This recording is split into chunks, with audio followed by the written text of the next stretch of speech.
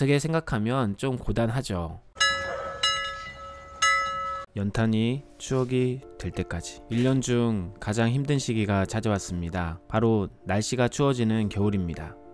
올해는 기온이 예년보다 더 빨리 떨어지는 것 같습니다. 오늘 예보를 보니까 영상 4도까지 떨어진다고 하네요. 그래서 부랴부랴 연탄 난로를 꺼내서 설치를 했습니다. 저는 이제까지 제가 직접 연탄을 설치하고 사용해 본 적은 없었습니다. 어렸을 때는 부모님이 다 알아서 하는 것이었기 때문에 저는 그냥 따뜻한 방에서만 지냈었죠. 카페를 시작하고 겨울이 다가왔는데 오래된 건물이기 때문에 생각보다 많이 추웠습니다. 온풍기 하나로 식물들을 지켜내기에는 비용도 많이 들고 식물들에게 온풍기 바람은 그다지 유익하지는 않았습니다. 그래서 계속 열을 내뿜는 난로가 식물들에게는 더 적합하다는 생각이 들었습니다. 그래서 여러가지 고민 끝에 연탄 난로를 선택하게 된 것입니다. 저희가 난방을 위해서 시도해본 난로 중에 화목 난로가 있습니다. 좋은 화목 난로는 굉장히 비쌉니다.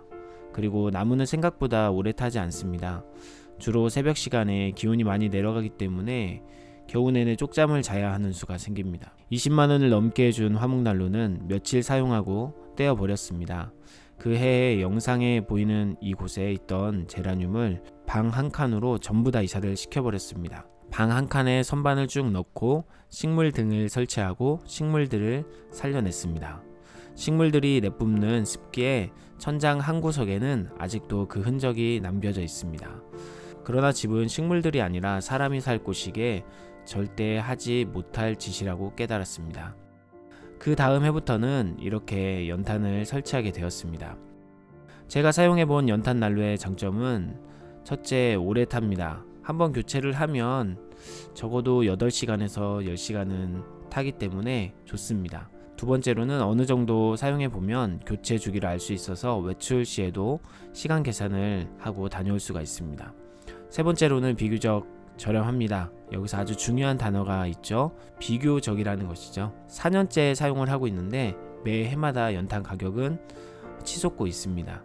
아마도 내년부터는 저희가 다른 방법을 찾아봐야 할 것 같습니다. 원래는 올해가 목표였는데 어쩔 수 없이 올해까지는 연탄을 떼야 될 것 같아요. 4년차가 되니 연탄 난로 하나쯤 설치하는 거는 그다지 어렵지 않습니다. 간단하죠. 난로 놓고 연통 연결하면 끝. 처음에는 번개탄으로 연탄을 피울 때 우리 아이들이 탄 냄새가 많이 난다면서 우리에게 달려온 것 빼고는 그리 큰 문제도 없이 올해는 불도 붙였습니다. 이제 이 연탄불을 계속해서 겨울이 끝날 때까지 꺼뜨리지 않고 붙이는 일이 남았는데 그것도 그렇게 어려운 일은 아닙니다. 그러고 보니 처음 연탄불을 붙일 때 생각이 나네요. 어떻게 하는 줄 몰라서 인터넷 유튜브 검색을 많이 했습니다. 연탄 자체는 불이 정말 잘 안 붙습니다.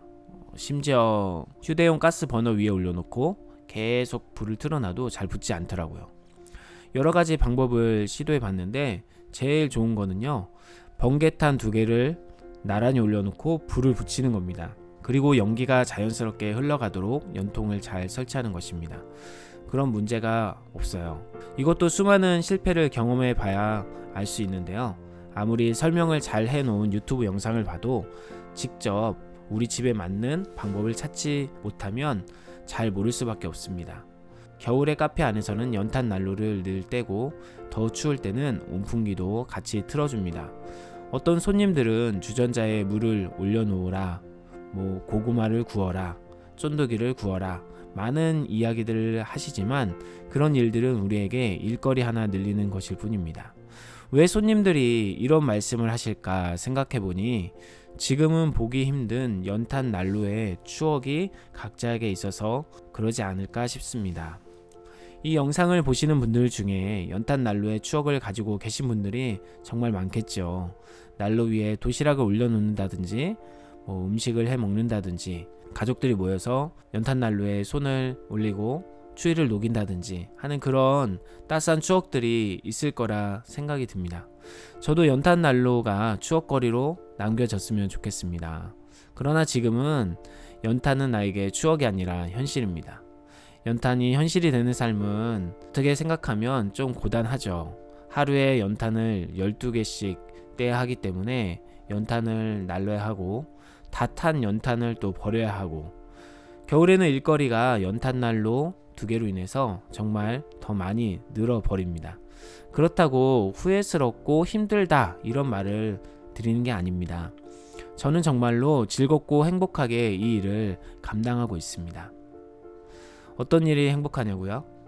사랑하는 아내에게 한겨울에도 식물을 키울 수 있게 해주는 것, 손님들이 와서 연탄의 추억을 회상하며 즐겁게 담소할 수 있다는 것, 우리 아이들에게 연탄을 나르는 모습을 보여줄 수 있다는 것, 아직도 연탄을 나르며 생계를 유지하는 분들에게 도움을 줄 수 있다는 것, 그리고 이 겨울을 잘 보내면 따스한 봄이 다시 올 것이라는 것.